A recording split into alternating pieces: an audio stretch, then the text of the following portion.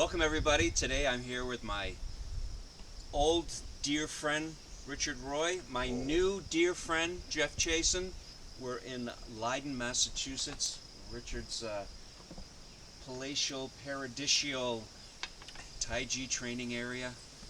And we're going to have a three-way conversation. Actually, I'm just going to be the instigator and get these two guys talking, and I'm really looking forward to it. And I think you're really going to enjoy it too. So stick around.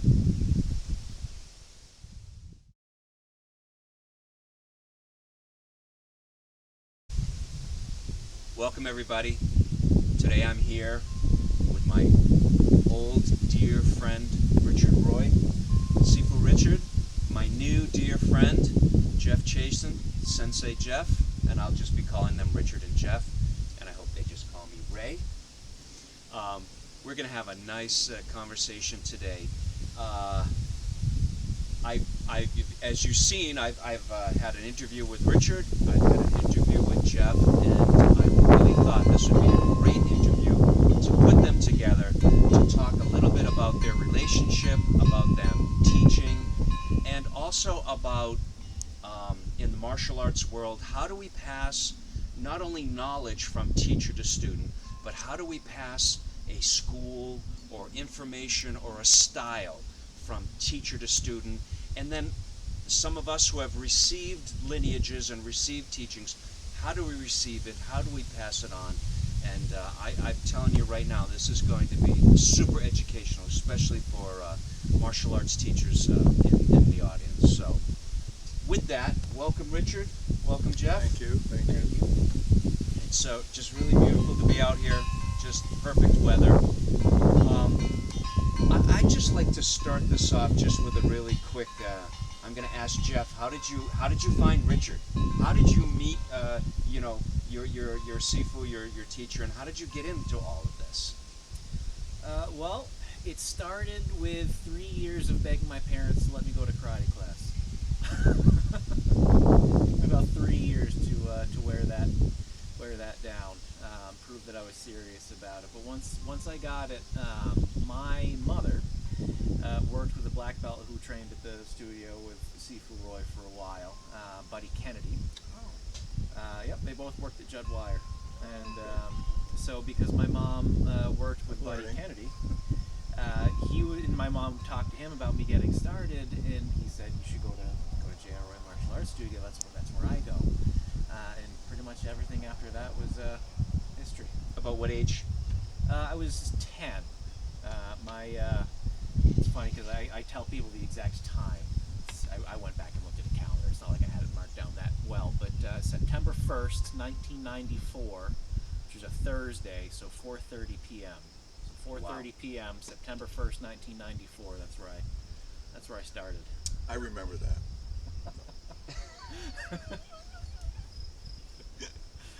Yeah, he said 4:35, but you know. Well, you've been teaching kids for how many years? Well, I started off, the studio was mainly for adults, but the studio that I inherited from Sensei McCabe, he didn't really teach children per se. I actually started doing that at the YMCA in Greenfield. That's where my first kids classes were. But what he did tell me business-wise is that the children's class, the youth class, we call it currently, should pay the bills. So youth class covers all the basic running costs of a school. You try to. Well, that was his theory. And how did that work? Pretty good, actually. Pretty good. I had a pretty robust, during most of my career, I had four to five kids classes per week. And one of the things, besides the biz part, one of the things that was important to me personally is that if I wanted to develop a student like Jeff, I'd have to start really early in their life. Could I tell?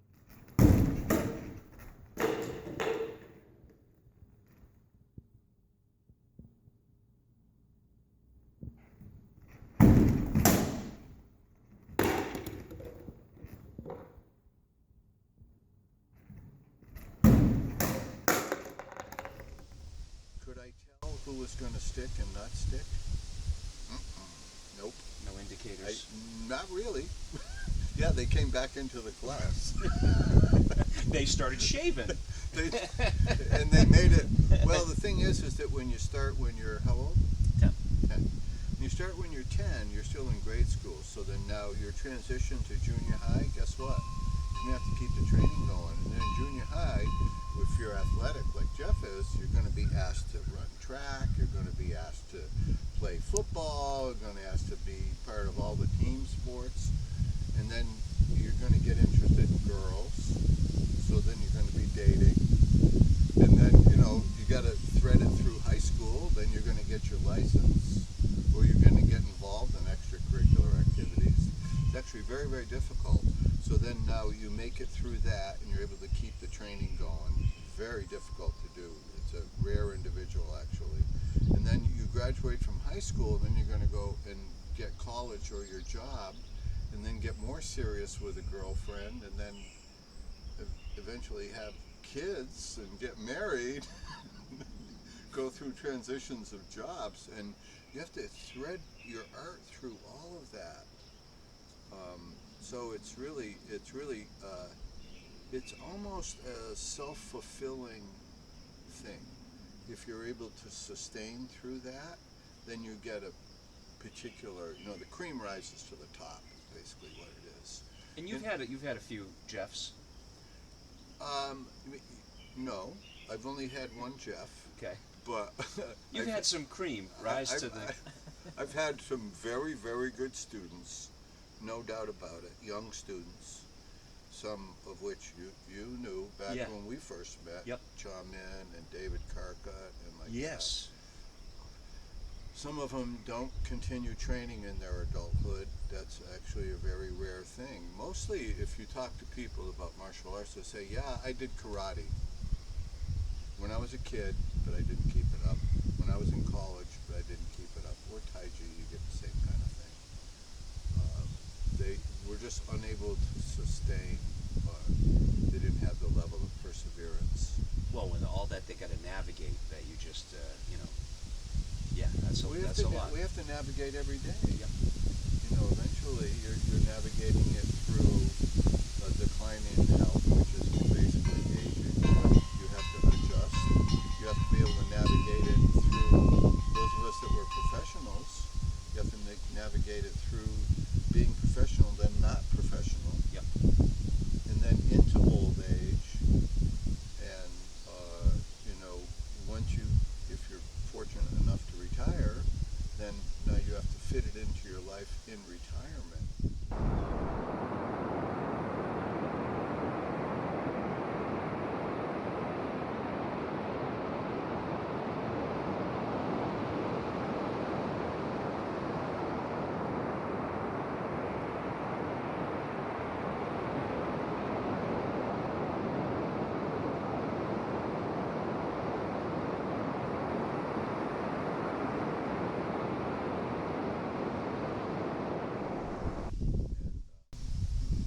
Very common theme in retirement.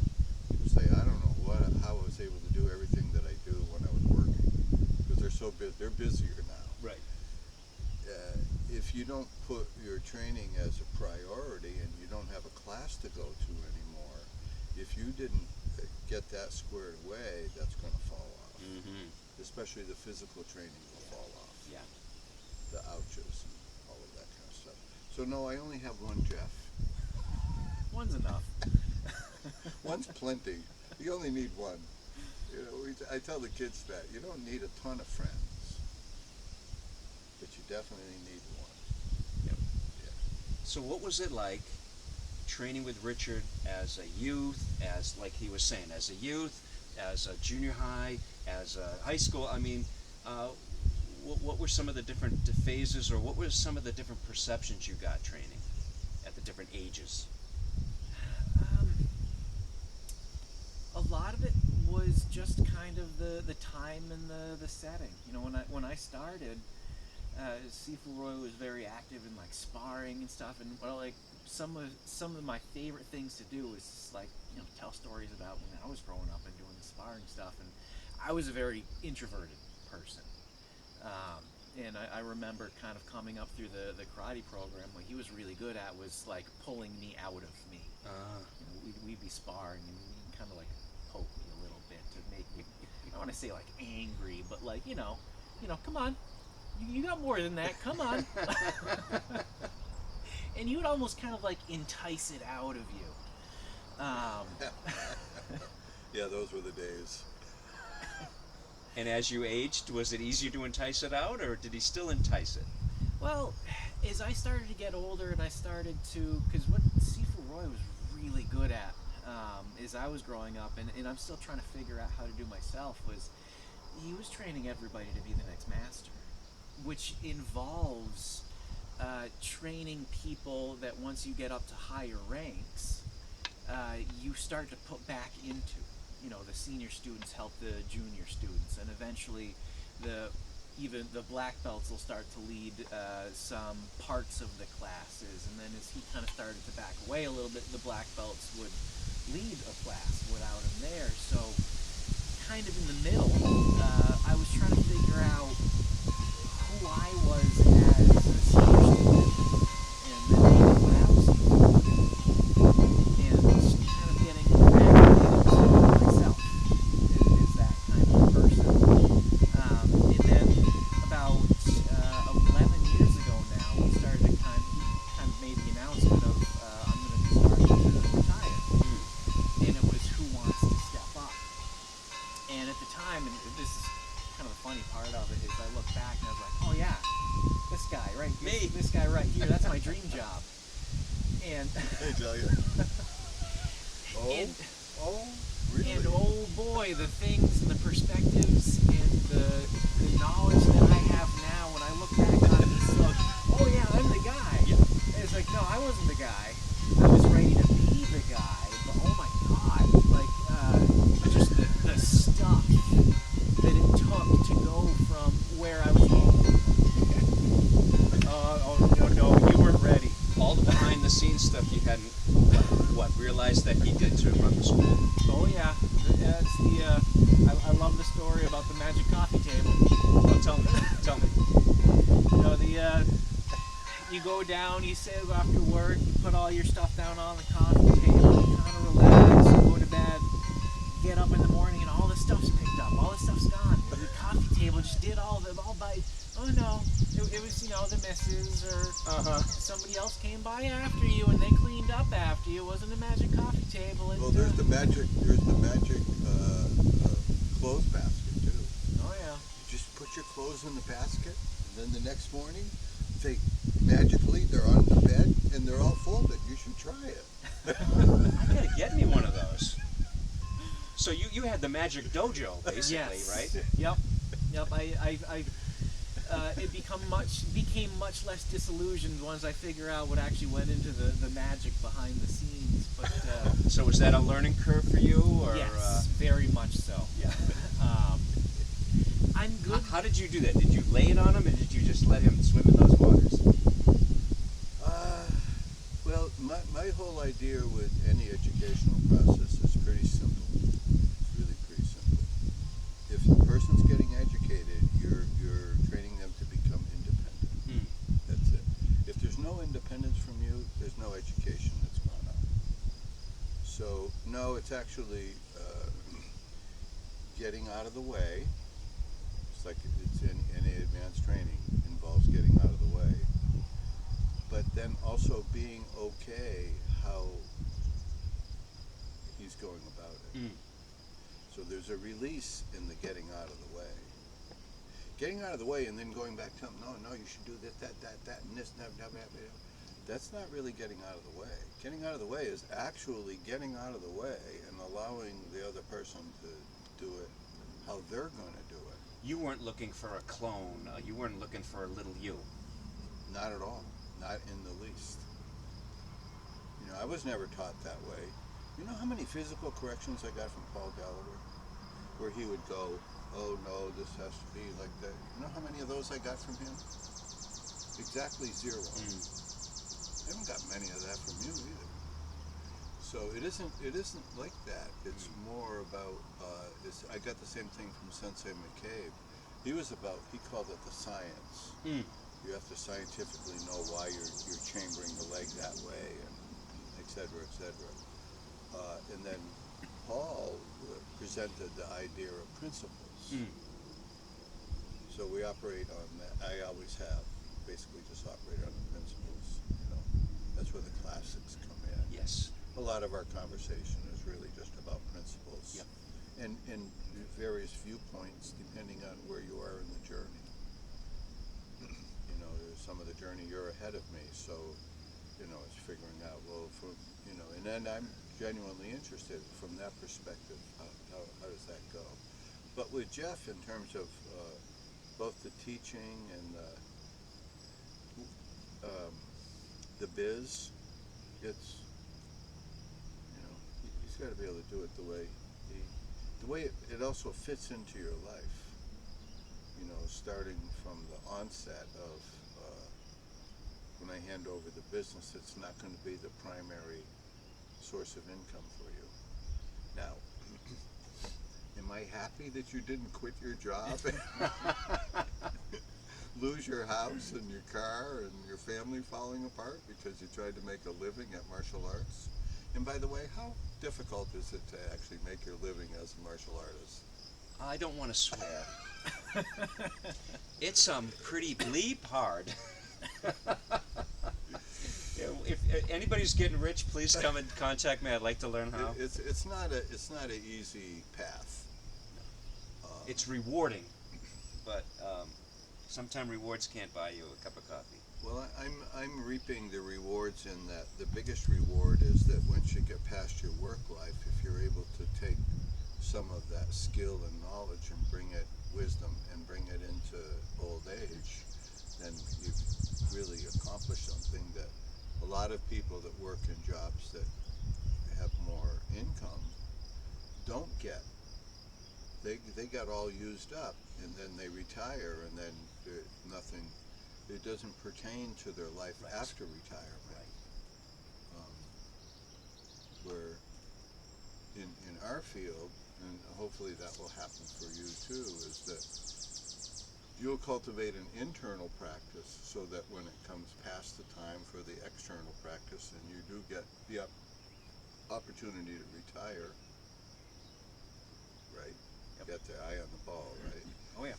Then you'll be able to have that as a personal practice to be able to hedge your bets in longevity.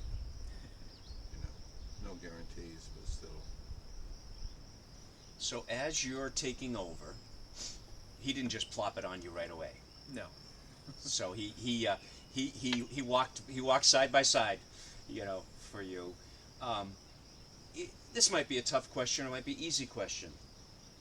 As you're taking over, what's something you do, just like he did, as far as teaching or running the school, and then what's something that you do, not like him, that you do, that you've come up with? Is there something that jumps out at you? Example? Yeah, actually, a lot. Because I, grew up essentially at the studio. I remember growing up hearing about indomitable spirit and the health of the kind of the community as a school itself, having the school be a tree, and your long-standing practitioners are quite often the roots of the tree and the larger branches, but if you don't have new growth on the tree, how you have to kind of up the ante every time you get accepted into a new rank. It's like being accepted into a new school. There's so many drills and stories of teachers and principles that I've tried to embody, that I've learned growing up through the school, that I think you have to learn as a youth, and if you don't instill it at that point,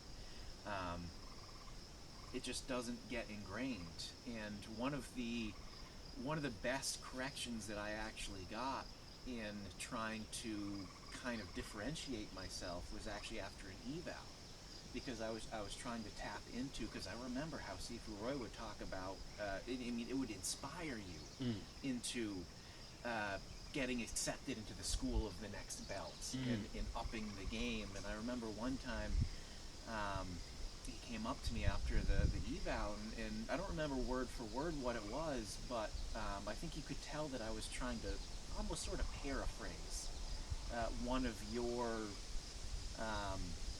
speeches at the end of an eval, and it was, you have to, when you deliver something like that, it's got to be something that resonates within you, like add your piece to it. So since then, I've been trying to think of it as, I learned so much growing up, and to not be the carbon copy, it's what's my relationship with it, what's my viewpoint. So I would say that a lot of what the things are that I do differently is simply putting my viewpoint on it. Because two people start walking up the hill, up the mountain at the same time, at the same path, even if they're going at the same speed. When they get up to the top of the mountain, my viewpoint's going to be different. I might be looking over here while they're looking over there. So adding my personal spin to the communication, the verbalization of what we're doing, the feeling of what it is, quite often is, as a teacher, it's what I'm resonating with, and it's what I'm struggling with, and that's what kind of comes out of the class. So I'm trying to use me a little bit more, but it's still all the stuff that I got from growing up. Yeah, I would just add to that from my perspective, is that I would just hope that for Jeff, for my student and my teacher, I would just, and myself, just be authentically you. That's it.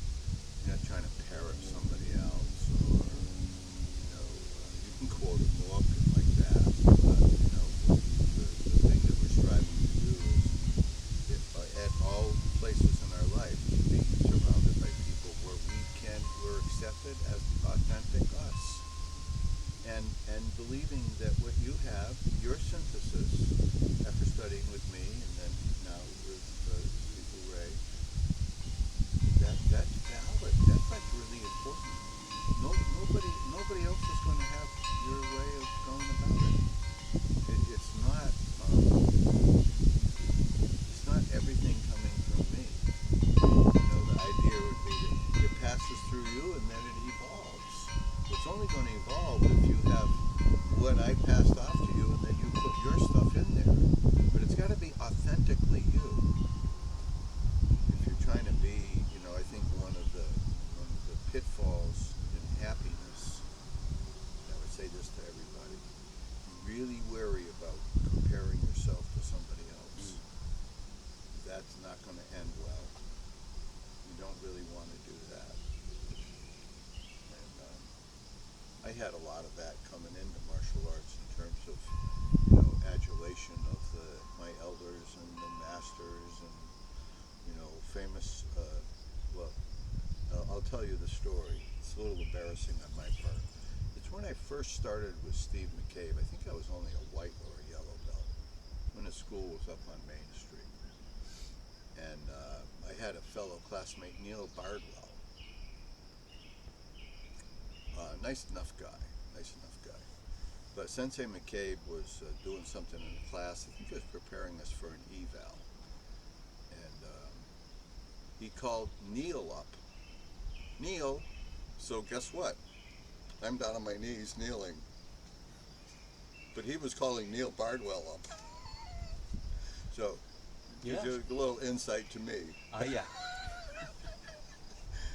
And Steve would always, this actually came directly from Sensei McCabe. He said, no, those guys are just hard workers. They've worked for a long time. I guarantee you they put their pants on one leg at a time. They're just regular human beings.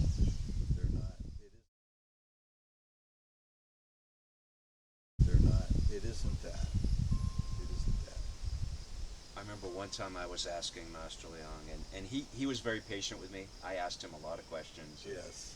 And I'm asking him, and I know what vein I was asking him in. And at one point he said to me, "You want to be Yang Luchang?" And I'm thinking, this is a trick question. I didn't answer, and he goes, "Don't worry about trying to be good or the best or whatever." He said, "Just practice every day." course, I'm 19, way over my head. But that whole thing about trying to, what is Oscar Wilde said, "Be yourself. Everybody else is taken." So that's it. It's just being authentic. My encouragement is that you don't have to be like me. And you don't have to feel like at the end of those evals you have to even give that out. Unless you authentically feel that, No, I didn't get that from anybody else. That was just me. But I was also trying to run a school, and just because you made brown belt or black belt doesn't mean that you're at the end that you graduated. But people think it's like an end thing. It's not. It's an entrance. That's your entrance to college. So now you graduated from your first year of college. Now you're into your second year of college. That's all. So it's just trying to get that across. A lot of times in America, the ranking thing is very, very confused. It's very confused. It's a difficult thing to do. Did you ever give rank out? Only in my pre-mantis class at one point, because people really wanted it, and it was Weird. it's weird. It's so wrought with emotion. The one thing I like about traditional Chinese styles is you're as good as you are that day. That's your rank. Right. Can you do it today? Yeah, you're doing good. And if you can't, well, Right. And then of course we have the student, senior student, disciple, teacher, master. I mean, there's rankings like that, but I've seen it in some of the Western esoteric practices, like Freemasonry. Mm-hmm. Everybody's heard of these different colored hats and different numbers after your name, and it's the same. I noticed it's the same as martial art. People want to have a black belt, or people want to have a certain number after their name, but do you want to have the belt or the skill? You want to have the number or the skill? And it happens in Western esoteric practices. I've seen people get a high rank and now they don't come around anymore. Oh, I'm done. Okay. External. Yep. I mean, those are nice carrots to keep the donkey going, but I hopefully when the carrot's not there, the donkey still goes. Okay. Yeah, the best. Just a word about rank, because I taught 2 arts that had rank in it. It's the teacher's evaluation of where you are. It has nothing to do with you. You don't really even need a test. That's just to help the student feel. But I'll tell you, when I think that you're in a different place than you were before. What about it? I wouldn't be able to tell you exactly, but I can tell you overall it's in a different place. Part of the reason why it's in a different place is because some time went by. So a lot of times, especially in the advanced ranks, say like brown belt, you go from first, second, third degree brown belt, that should be almost a year in between those. Because what makes it different is the length of time. But it's strictly the teacher's opinion. It has nothing to do with anything else. And then the teacher in one school's opinion of what a black belt is and the teacher in another school's opinion, those can be like in completely different ballparks. It's not homogenized. People think it's homogenized. It's not homogenized at all. And there's different reasons to use rank. Sometimes you use it as a motivator. Sometimes you use it to try to keep the ego tamped down a little bit. There's a number of different uses for rank. But it's actually very difficult and very laden with emotion. So may I ask you, how long has it been since you've been promoted? My last promotion was... Okay, so there you go. So does it matter a lot to you? Not particularly. So then there you go. That's actually what it is. But he's got the day, the time, and everything when he first took his first class, but he doesn't know when his last rank. Yeah. I keep track of my birthdays, but So one of the characteristics about ranking is that the student shouldn't care. If the student cares, and especially, this is the word, the student goes to the teacher and says, either side of the coin, I'm really ready and you should have tested me already. Mm. Or the one that's more common is you want to test me, but I'm not ready, I'm not worthy, and I'm not. Because the self-esteem is so low. By the way, the teacher already told them that they think. You're ready. So then now you're going to, so then my question would be, okay, so how many black belts have you promoted? what gives you the authority to know that you're not ready? When it's only my opinion anyways. Well, I It tried gets to. weird. It's a great insight, Richard. It gets weird. I tried to do that with you, with one of them. After. Did you? Oh yeah. Oh. After when Just one.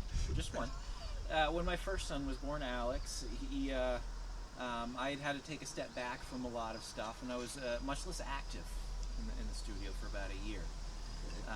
And I wasn't very active in the Arnis program, but I did, once my schedules and everything freed up, I was able to thread that needle back in, and I started getting back into everything full time again.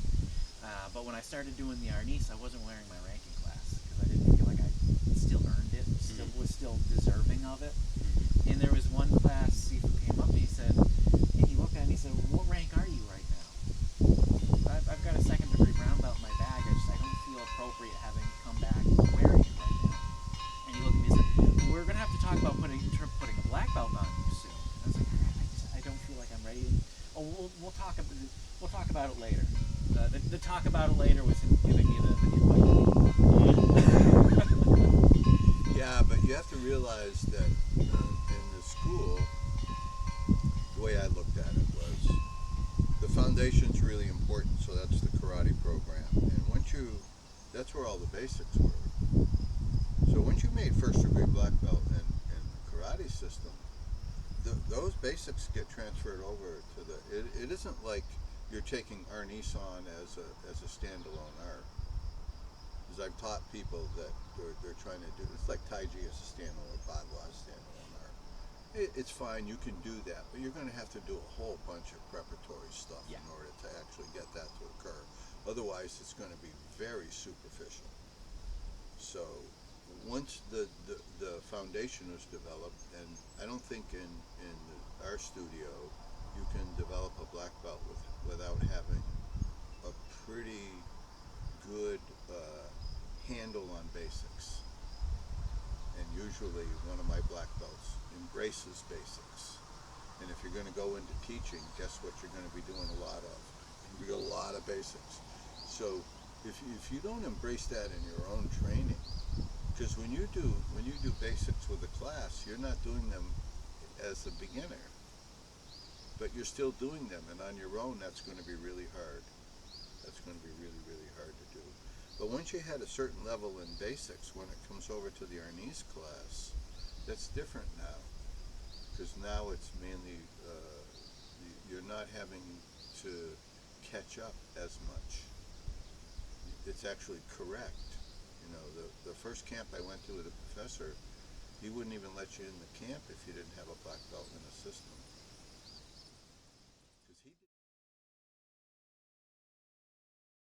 Because he didn't really teach Arnis as a standalone art. It was one of his secrets. He taught Arnis as an art you could incorporate into your current art. And that's why he had people from all the different arts in there. And he never said, you Kempo guys don't use Kempo stance work. Use this Shotokan stance work. He never told me. I took the stance work from the systems that we already had. And I standardized it. But, you know, I used the modern stance, and I used the Ishinryu stances, and I used some of the bow stances with the rear foot out at 45. But he would never get involved in that. So he would let black belts from another style incorporate Arnis in, but use all of their basics. Well, we were just talking yesterday about how Dong Hai Chuan, the founder of Bagua, all his students were martial artists, and he basically, exactly what you just said. The same thing. It was, you know, they brought their art to him, and then he showed them how to bagua eyes it, or how to add the changing footwork, the changing palms, and that's why you see so many different styles of bagua. Shaolin influence, wrestling influence, Shingi influence, which is really Well, exciting. they were all being trained individually though. Yep. Where it started to change and it got more homogenized is when it started doing kind of more military training with groups. Right. And then the groups are also important for those of us that tried to make our living at this, Yes. or made our living at this. Because without the group classes or the camps or the seminars, that's going to be really tough just on an individual level unless you're charging, hundreds of dollars an hour. And that's going to be hard to get most people to pay that. So. Yeah, even like that famous Shingi teacher, Zhang Zhaodong. I mean, the guy had one group class a week. He mostly taught private classes at his level. Right. Whereas for us, private classes are rare, and group classes are kind of the norm. Well, when I took over the studio from Sensei McCabe, I was teaching 40 hours of privates a week. There was a few group classes, but it was mostly private. That's the Ed Parker Kempo thing, JT Will and all that. Wow. That was a lot of half-hour privates. Your intro was $12.50, and you get 3 half-hour privates.